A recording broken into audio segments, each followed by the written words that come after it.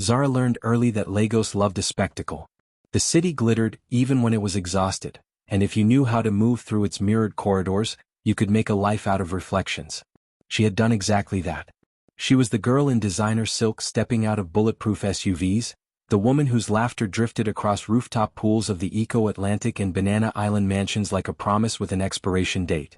Her work was transactional and impeccably managed, companionship on calendars that were fuller than most hearts, discretion as polished as a diamond ring, and an exit strategy timed to the second. She lived in penthouse suites and long-stay hotel residences where the concierge knew to stock her preferred candles and jasmine tea. Private jets and first-class cabins had become corridors between versions of herself. In Abu Dhabi she spoke about art, in Cape Town she danced until dawn, in London she knew which restaurant would keep a booth whispered off the books. She had rules: no overnight attachments, no real names, no souvenirs except the quiet money routed into investments and the occasional gift she could drive or wear. Jewelry boxes winked like city skylines. Keys to cars she barely drove lay in trays like sleek sleeping animals. That evening in Lagos she accompanied a client, an oil magnate with a habit of praising himself, to a political fundraiser in a hotel cold with air conditioning and expensive opinions. Zara moved the way she always did, attentive without being adoring, suggestive without being crass. She could calibrate a gaze to whatever a room requested. And yet, on the way to the bathroom, she miscalculated the corner of a conversation and collided gently with a man stepping aside to let a waiter pass. He was tall, the kind of tall that made ceilings seem unnecessary. Handsome in a way that avoided symmetry, one dimple, one faint scar near the brow, an easy stillness that suggested his schedule didn't control him. They murmured apologies. Then, because the hallway was suddenly a quieter country, they kept talking. About nothing and everything. The thickness of the evening, the absurdity of fundraisers, the music the band kept almost getting right. His humor landed without trying. She found herself laughing, not because it was required but because her body chose honesty for once. "What's your name?" he asked finally. She smiled, practiced and evasive. "Today? A good listener." He grinned like someone learning a secret. "I'll take it." They didn't exchange names. They didn't exchange numbers. The moment didn't pretend to be larger than itself. She stepped back into the ballroom, where champagne was a verb and her client had begun to repeat himself. When she glanced toward the hallway again, the man was gone, replaced by the steady march of waiters and the hum of money in motion. That night, alone in her suite, Zara lay beneath linen sheets that felt like cool river water and tried to forget that a stranger's unhurried gaze had slipped past every polished surface she owned. She reminded herself of her reasons: a family that needed school fees paid without drama, a childhood defined by counting other people's change, a mother who had stitched dresses under dim bulbs and still smiled like light had chosen her. Survival had become elegance in her hands. She would not apologize for the craftsmanship. In the morning a driver texted. A jet idled. Another city waited to be convinced. Zara rose, wrapped herself in the armor of a white silk blouse and a red lip, and walked into the day as if the glass city belonged to her. It did in the ways that mattered. Only for the first time in a long time, her reflection blinked back questions she had no time to answer. 2 months and 6 countries later, Paris offered itself like a soft confession. Zara touched down on a Friday, the city wet with a recent rain that made the sidewalks shine as if they were working extra hours to be beautiful. Her hotel overlooked the Eiffel Tower from just a polite distance, a view framed by gauzy curtains and the clink of cups from the café below. She planned to glide through a client's weekend of gallery openings and exacting dinners, sleep in sheets that smelled faintly of lavender, and leave before the city attached an adjective to her. She went down to the café for an espresso and a moment of unobserved breathing. That was when she saw him again, tall, brown hair damp from the rain, reading a newspaper in a way that suggested he still believed in paper. The dimple. The scar near the brow. The unbothered gravity.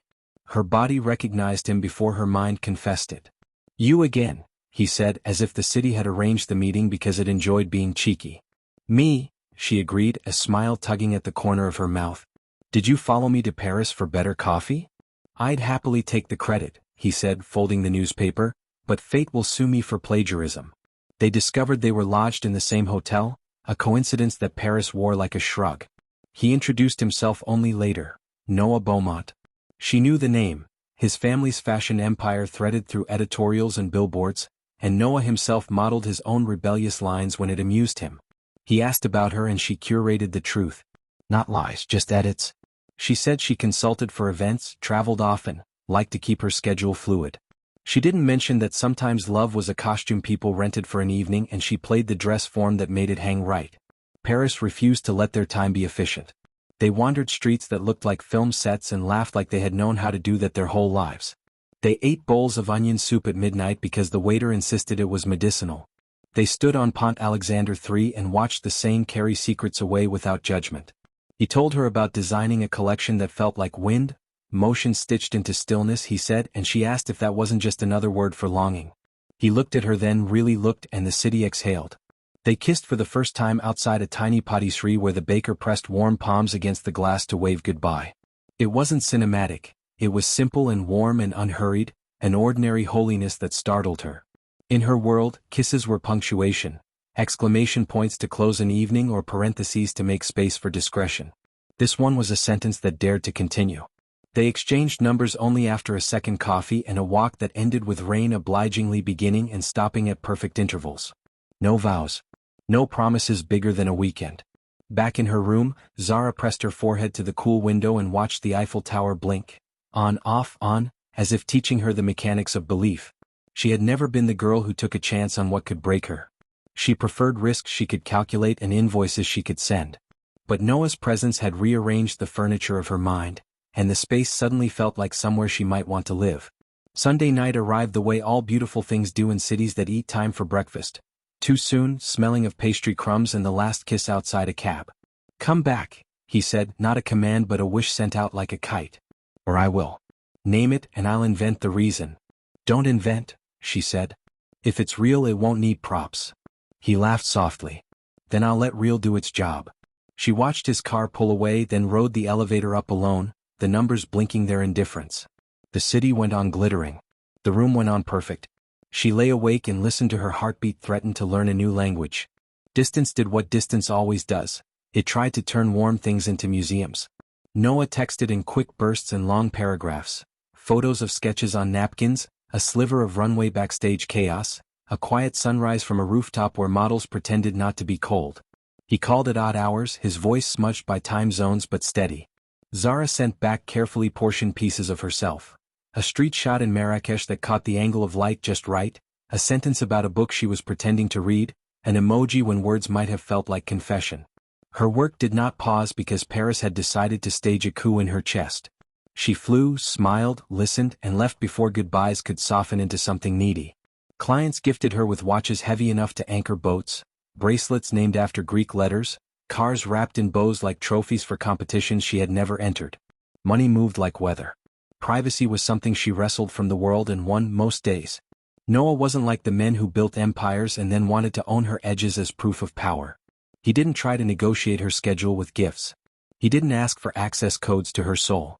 He asked questions and waited for the kind of answers that grow slowly like old trees. He sent her a playlist titled What Paris Did, full of songs that knew how to leave space for silence. He told her when he failed, an investor balking, a show delayed, and listened when she said she was tired without asking why. Still, she kept him at a safe arm's length because her arms had learned safety before they learned to hold. She rationalized. There were school fees for her younger siblings, a mother's small business that needed quiet injections of cash, a life she had built that enabled all of it. Love could be a hurricane. Hurricanes didn't pay invoices.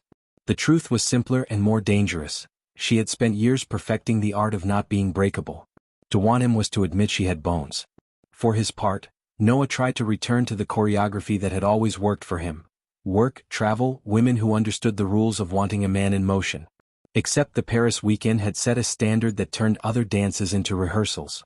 On a runway in Milan, a model kissed him backstage for luck and he felt nothing but polite appreciation for her lipstick's persistence. At a dinner with friends in New York, he laughed in the right places and went home early to draft a message he deleted 3 times because it felt like a plea. The women he had known were brilliant and charming, but they were not the girl who had compared longing to wind and then gone quiet because she'd said more than she meant to. "Come see me," he finally wrote one night, the words simple as a door. No props. No obligations. Just a day. Zara stared at the message in a different city, another hotel that arranged flowers to look like they had chosen the vase themselves. She wanted to say yes. Instead, she watched her fingers type exactly what her fear preferred. Busy week. Soon. Soon stretched. It always does when you're measuring with caution. Noah didn't push, but he didn't retreat either. He sent her a photo of a sample seam done wrong and asked if she saw what he saw. She did. He told her a childhood story about failing a swimming lesson because he hated closing his eyes underwater. She told him about learning to braid her sister's hair by the light of a rechargeable lamp. Little truths, nothing that would make the papers. Then came a week when the air in Lagos felt like a body leaning, and Zara looked at her calendar and realized she had become a citizen of postponement. She booked a ticket to Paris before she could write a list of reasons not to. When she landed, she didn't text Noah immediately.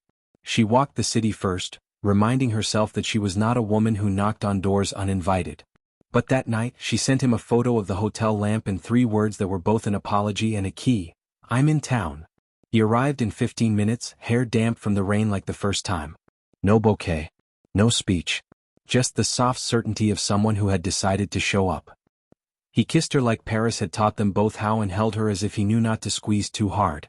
Then, because careful can also be honest, they talked until the hotel forgot to be fancy and turned into a room with 2 people choosing bravery in increments. Love tried. Really did. Zara let herself be led into evenings without an exit strategy, mornings without rehearsals. Noah learned the timing of her silences and did not mistake them for verdicts. She took trains with him to nowhere in particular.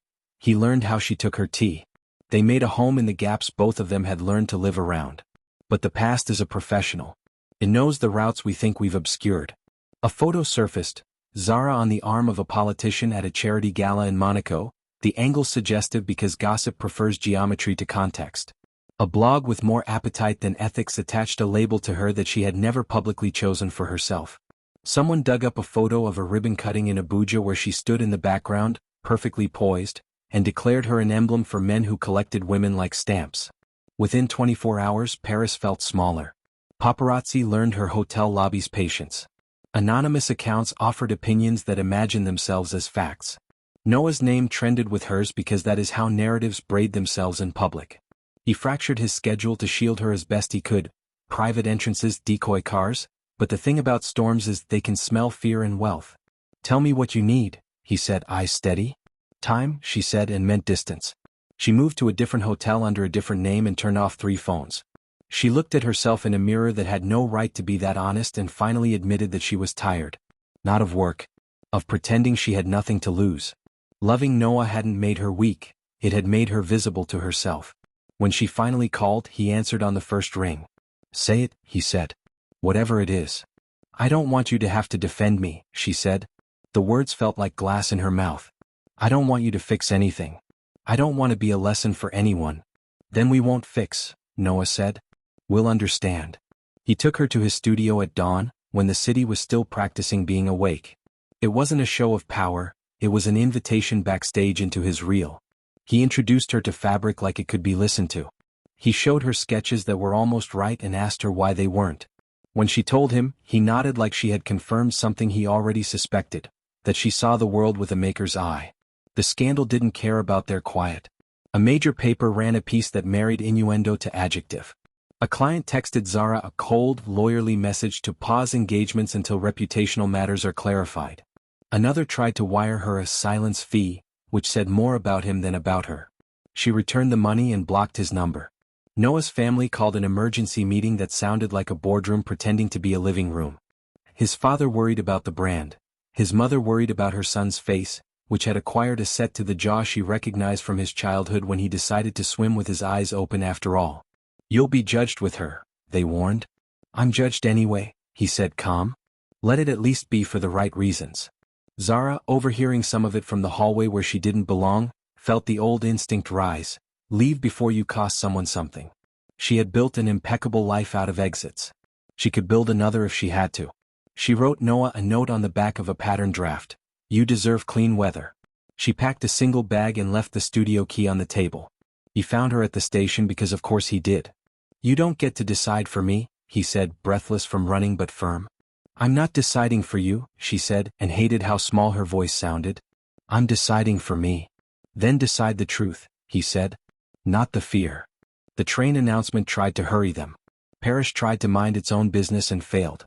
Zara closed her eyes and imagined a life that did not require her to amputate the parts that wanted. When she opened them, Noah was still there, unblinking. I don't know how to do this, she said. Good, he replied softly. We'll be beginners together. She didn't board the train. They went to ground, not as fugitives but as apprentices to their own lives.